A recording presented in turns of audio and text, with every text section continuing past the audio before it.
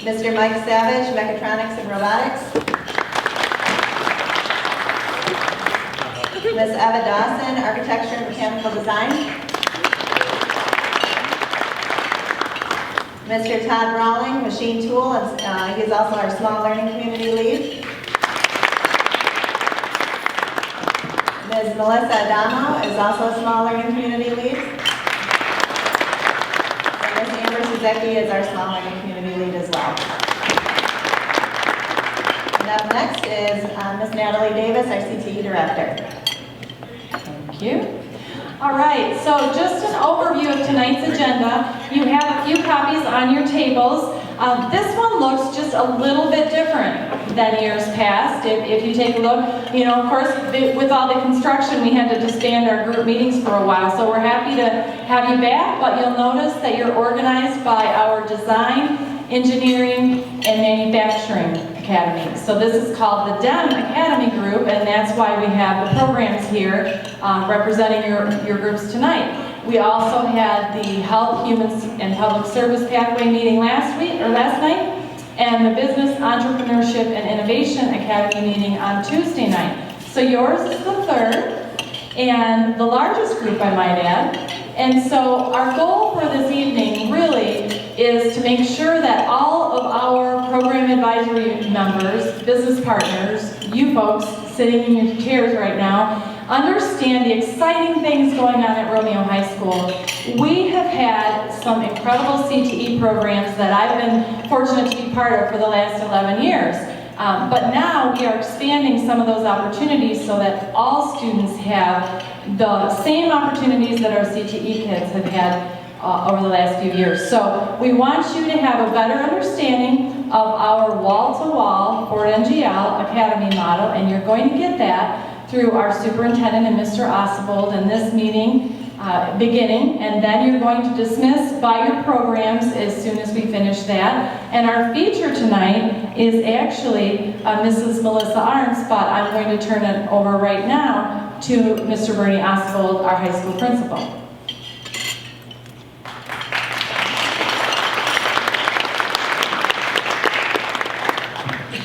All right, good evening, everyone. Yeah, keep eating, please. You don't need to clap anymore, but appreciate it. But just wanted to share with you a little bit of information about what we've been doing here at the high school. Like Natalie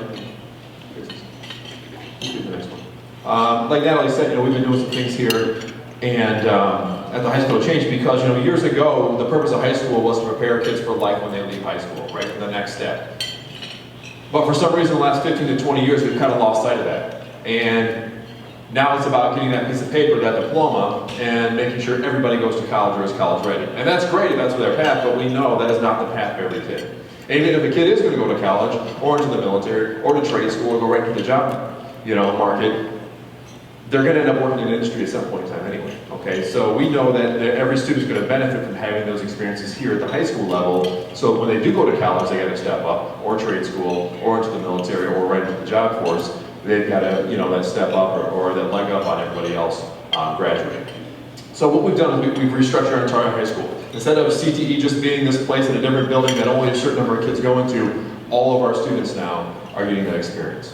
Okay? So every kid in Romeo is a part of, that's a ninth grade, is part of our ninth grade academy. So that is at a different building. Next year we'll be at Powell Middle School, which is right here on this campus. Okay? And they get their math, science, English, social studies courses like everyone else does. But we're also preparing them for two things. One, to be successful in high school. So we're teaching them about some of those soft skills or employability skills or whatever, being responsible, how to shake a hand, how to talk to an adult, how to do a presentation, and also just how to take notes and how to study so they can be successful in high school. But we're also using that time to give them experiences and opportunities to check out different career paths. Okay, because when they go to 10th grade, they're going to choose one of our academies, and they're going to study through that lens for the next 3 years. All right, so recently we had a career day that all of our ninth graders went to. They're going to the Novi Career Expo tomorrow so they can check out some different things. And so we're giving our ninth graders those experiences, again, so they can make the right choice. Now, we don't expect a 14-year-old to decide what they want to do for the rest of their life. Okay? However, may as well make learning fun for their 10th, 11th, and 12th grade year, and then learn through a certain pathway. When they get to 10th grade, you can see there on the right, they have one of 3 academies. We have our Business, Entrepreneurship, and Innovation Academy, and then to the right you can see the pathways we have within. So you can kind of think about this like a college. Like if we're a university, we have 3 colleges within, you know, College of Business, College of Engineering, you know, whatever. And then students choose a major, right? So we have an academy, and then we have a pathway that they're choosing. So we also have our Academy of Health, Human Public Service, and then of course you all here representing our Academy of Design, Engineering, and Manufacturing with those pathways there. All right, so again, students come here, they, when in the 10th grade, our current 10th graders are our first group actually going through this. However, our 11th and 12th graders have the opportunity to do this as well if they wanted it. So that is out there. I know we have several of our seniors and juniors here tonight who can attest that. Now, can you go to the next slide, please? Or I'll, am I not going to? Perfect. All right, so part of that experience for our students is, you know, each year we make sure our students have some experiences that they're not going to get in most other schools. So you can see up here, in 9th grade, every single one of our 9th graders visits a 2-year and 4-year college. You'd be surprised how many students in high school never go to a college, have no idea what that's like, and Melissa will talk about that a little bit more in a minute. But so our students went to Macomb Community College already this year, and they're going to be visiting Oakland University in the spring. When students get into 10th grade, every single one of our students is going to go on a pathway-specific industry tour. So if they're going into manufacturing, they're going to go visit a manufacturing plant, okay, and see what that's about. If they're going into healthcare, they're going to go visit a hospital or a clinic and see what that's about. Okay, so we're doing that. Every single one of our 10th graders will have that experience. Next year, our 11th graders, our goal is for every one of them to have a job shadow. Now, I made job shadows, internships, guest speaking, and teacher industry tours in blue for a reason, because we need your help with those. I know that most of you are in here because you want to give back, you want to help the school out, and we completely appreciate that. Okay, but you're also here because you're trying to fill your jobs, right? This is a talent pipeline for you. We want to help with it. Every good partnership and relationship works both ways. All right, so we want to get our kids prepared to one day work for you and to be great employees for you. To make that happen, we need to get our kids in job shadows. So when you go back and meet with your groups, one of the things you're going to be talking about is if you have an interest in doing any of these, let us know. So if you think you can take some kids on a job shadow next year, that'd be fantastic, okay? For 12th grade, all of our 12th graders, we want them to have a pathway-specific internship. That's a big task. We got 2 years to figure it out. But again, we need your help to make that happen, okay? Some other things that we're doing, we have people coming in and guest speaking all the time. Hey, if you have an interest in doing that, let us know. We'd love to have you in our classrooms. Let our kids hear from you, person doing this job, what it's about, so they can make that informed decision. And of course, we always want our teachers also to go and visit you in your, in your buildings or in your professions, so they can see what you do. Because most teachers never been to a manufacturing facility. Most teachers, we've probably been in hospitals, but there's a lot of places we've never been to. And how do you tell a kid and help them pick that pathway if my vision of working in a factory is 1920s factory where it's dusty and dirty and all that, and we know that's not what it is nowadays. So we need to know that so we can get our kids, the correct information. So again, when you go back, let the teacher you're working with know, or Ms. Davis, or myself, or anybody else. We'd love to have you helping us out with that. Other than that, again, we just really appreciate you being here. We know that there's no way we could do everything that we're doing and moving towards these academies without your help, and we do thank you for that. So now I'm going to have our superintendent, Mr. Robinson, talk a little more to you. So good evening, thanks for being here. If a few of us seem a little weary, it's because our third Academy Advisory Evening. However, I want to thank Chef Monica and our students because the food has been phenomenal all through the evening. So thank you to all of our students, and especially to Monica. She's been at it, for 3 days, and I know it takes a lot of time before we get here, and they're here afterwards cleaning up. So they are getting a taste of what the culinary industry is like, and we appreciate it. And I triple appreciate it because I've got to have a different dinner every night. So I told my wife the bar has been raised because I have eaten well, and it hasn't been Subway, Little Caesars, or McDonald's for the last 3 nights. So thank you again, students and Monica, we really appreciate it. So, I've been, I'm getting closer to 1.5 years in Romeo, and I've learned a lot about not only our Academy's implementation, but also about the history of the district and the work that has been done when we just had RETSI. And to be honest, the programs and the things that the district was doing out of the Rutsey facility, I quite honestly would put up against any of the districts in Macomb County at that time. But one of the things that I think you are all starting to learn and hear about is this idea of we're pushing the envelope on this, because we're literally going to do what in almost every other case in our state is a small collection of kids who are choosing to do a really cool industry-specific program, but they're also giving up other things in order to be able to do that. So we're putting kids in a position to make a choice that is difficult. And that could be a variety of things. That could be a kid who wants to do a lot of art and theater. That could be a kid who wants to take every level of foreign language, a kid who wants to do a lot of AP. With the block schedule that we've committed to and the Academy's model, kids are actually getting more. And it's great to see that actually start to actually evolve as we ramp up. So one of the things I want to focus on was on a couple slides ago, and I think this is really important for you to understand when you hear us talk about we need your help, we're still scaling up. So the current 10th graders, as I affectionately have called the Trailblazers, is the class of 2022. They're our first true cohort that's going to go through the authentic experience. So when we talk about every senior getting an internship, that's that group of kids who are currently in 10th grade.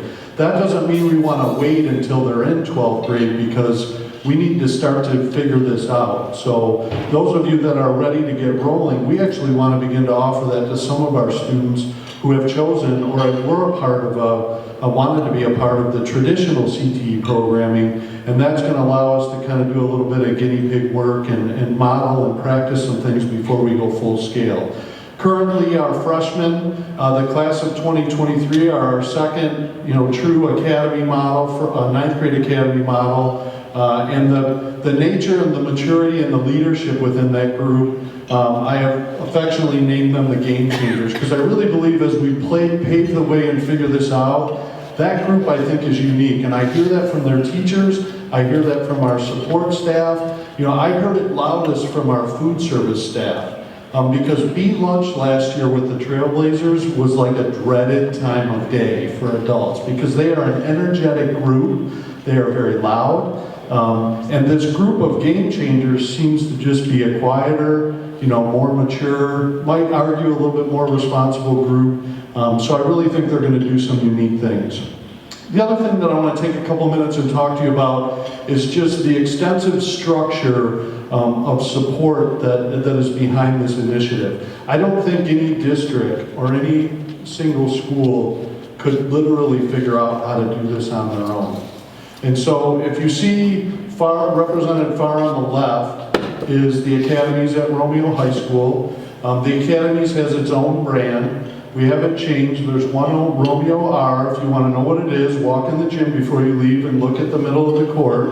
But the Academies does have their own brand, because it's a transformation of the learning experience that we wanted to represent with its own brand. And the tagline you see on the bottom there is actually the voice of our students. There was a group of students that developed that, and that's our pride, our future, our way. And that represents the choice, okay, and the ownership that we want the kids to have here. And many of you, I think, have had the opportunity to see that in the work that you've done with our programs in the DEM Academy. The DEM I call the backbone, because so many of our programs here have been going, the partnerships are established, we've got the best teachers. I would put them up against anybody in the work that they're doing in CTE. And so it's nice for us to have that solid foundation as we're developing new pathways and improving coursework and some of the other ones that are just coming on board. We have two main partners in this effort. For Next Generation Learning is leading our way. We're on their roadmap. We're in the second year of phase 4 of a 5-phase implementation process. And Ford have been great partners. They now have 41 designated communities across the country, and they just designated the first community in the UK, so they're actually working internationally now. Macomb County Planning and Economic Development, I saw some familiar faces. They're our convening organization, and as I've had time to interact with superintendents from other districts across the country. We have the best convening organization. It is amazing the things that they do for us that really is outside the scope of just giving us workforce demands. So Maria's here. I don't want to embarrass her while she's eating her dinner, but John Paul Rea, who's now actually been promoted, Vicki Rad, Lori Cowie, they really, quite honestly, will do anything for us.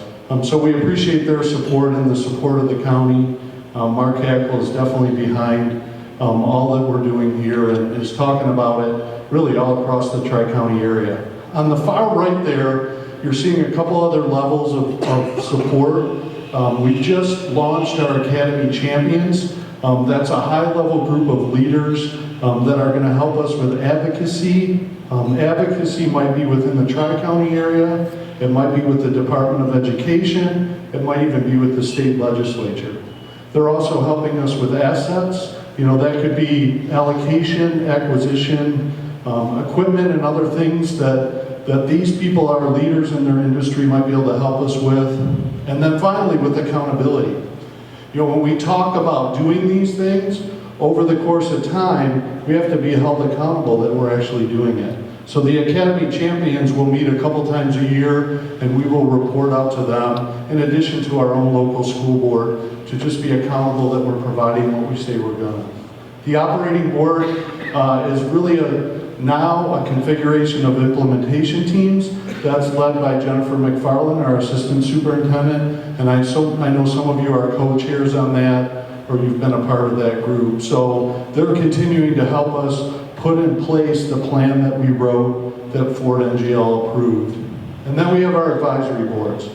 And we're bringing those together and having collective meetings like this while still making sure we allow you to have your individual pathway meetings and we meet the criteria set forward by the Michigan Department of Ed so that we can get all the funding that we were able to get. Finally, we have business partners that might not be in any of these other groups or boards, but they're vital to us.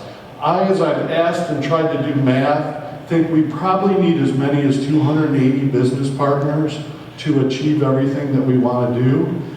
It's hard to quantify exactly how many we have right now, but part of what we're going to ask you to do as kind of a next step tonight is make sure that we have some contact information and make sure that we have an idea, at least right now, what your business is going to be able to do. And if that's only coming in and speaking to kids here a couple times a year, that is absolutely fine.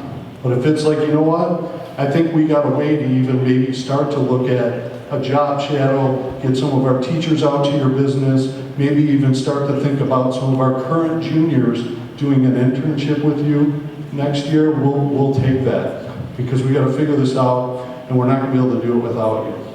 So that's the structure. You know, there's a divide in between industry and public education that is getting blurred now. And it's happening all across the country. It is certainly the topic of conversation, in the state of Michigan. And it's exciting to be on the front end of that.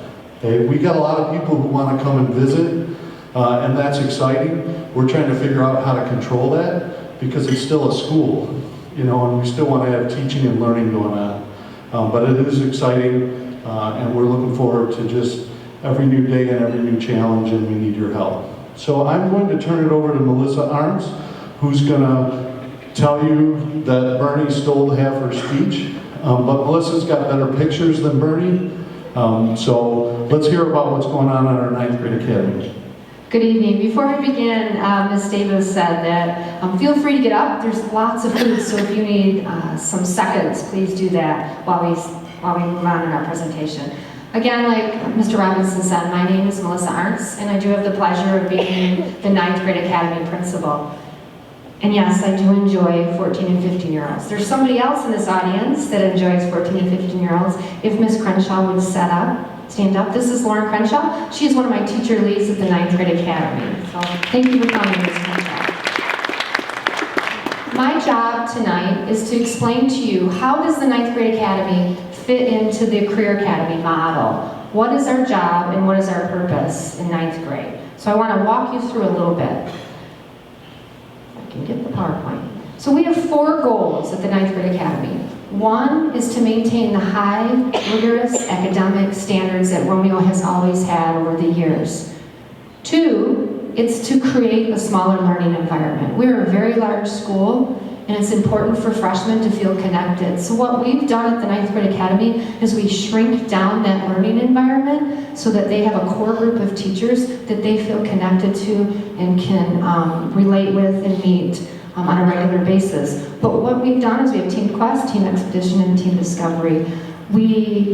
It's really important to us that students build relationships, because a lot of research has said that when students are successful in school, they feel connected, they either know an adult or they're involved. So we really feel this is an important part of our academy, and plus they learn teamwork, which is really important to the workforce. Kids learn to work together as a team, and that's something that we stress a lot. 3, we work on employability skills.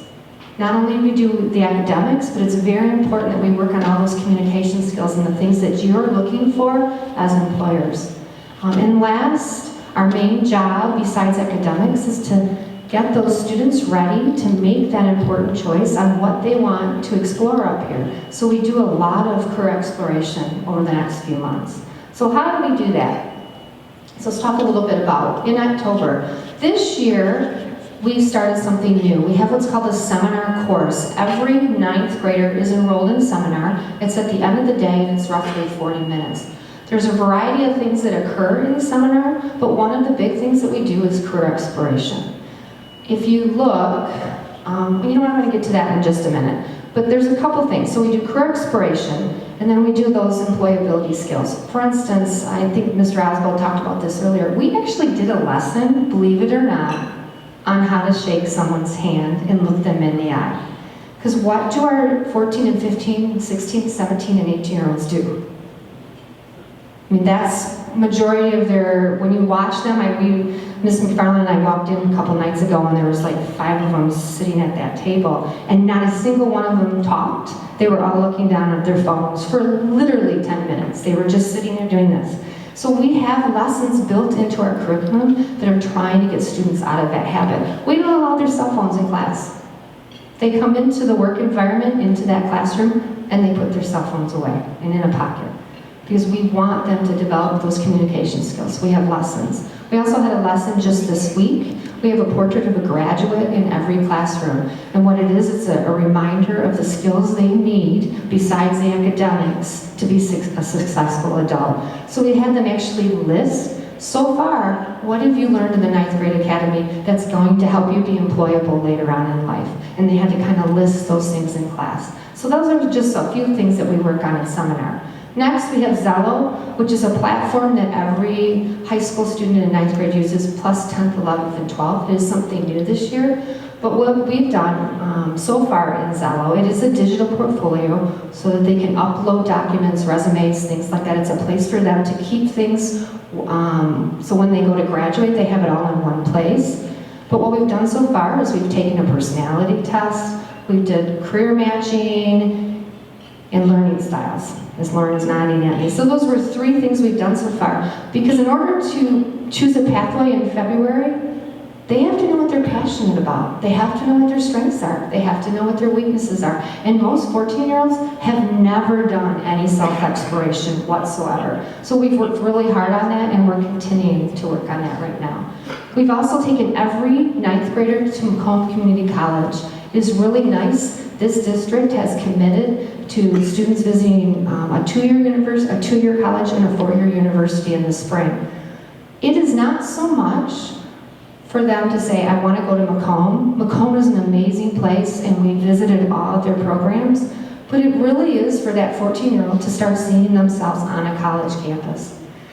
Last year when we went to Oakland, because we will again go to Oakland in the spring, we were shocked at the questions the students asked the tour guides. Do you allow bathroom passes? What time do I have to be home for the night? You mean I take classes at night? We were just shocked because I think we live in that professional world and we just think that kids understand what it's like to be in college, and it's really not. So we start that exploration and we start helping them understand what it's like to be on a college campus. And then also, something that we're very proud of, and I put some examples on your tables, is our career cards. This is something we work a lot on in that seminar class. Each student gets a set of 80 career cards. They're kind of like trading cards. And throughout the process of that career exploration, they dwindle down their cards. Those cards are strategically aligned with our county job projections. They match the pathways. They are color-coded for the pathways. So eventually, when they get those career cards down to their interests, it'll say, oh, green is this pathway. And it'll help them even come to more, what I want to say, realistic conclusion on what they want to do. It also, which is really neat, it tells you on the back what kind of degree they need for it, what's the hourly and the salary that they might make, and then if they are have to go to college, if it is a job that they're going to choose to go to college, they need to know how much it's going to cost, because we all know that's a huge factor right now with our youth, that a lot of them are going away to college and they're just coming out majorly in debt. So we put those on the back. So we're really proud of that. We work through those all year, or up until about February with them. I can do it. So in November, beginning of this month, end of October, we went to Career Day, and I think many of you might have been there. Our students were asked to go down and practice their handshake, practice introducing themselves. They had to go up to 5 businesses, ask a question, and we practiced what they were going to ask, and we gave them a list of things that they could possibly talk to you guys about, and then they had to write down the answers. That was just another way for them to get some exposure on some areas that they might want to explore. From there, we've sorted down those cards to about 40. So they're about at 40 cards right now with their interest. Tomorrow, we are taking all 421 students to Career Quest in Novi. It's a big undertaking, but it is absolutely amazing. It is by far one of the best things I've ever been to or taken youth to. It's a hands-on experience. So I have pictures of like girls last year laying bricks. I have guys, some of the girls and guys like went up the poles, and there's a whole medical quadrant where kids were actually with doctors doing a mock surgery, and they have the scrubs on. It is an absolutely amazing experience. They get to be with professionals, have hands-on experience, and be able to answer those questions. So we are going to that tomorrow. And then lastly, this fall, we are coming up here December 2nd and 3rd, and we're going to visit the programs. So students are actually going to walk around in groups and be able to talk to the teachers up here, talk to the students that are actually in those pathways. So those are some of the things we have scheduled.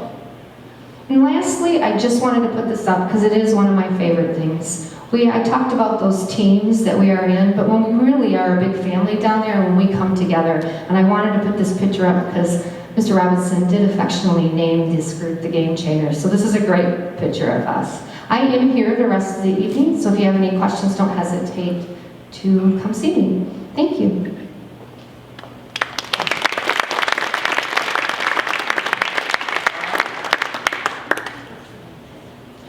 And now, what you were expecting to have happen when you came here, we are going to break out into your program advisory meeting.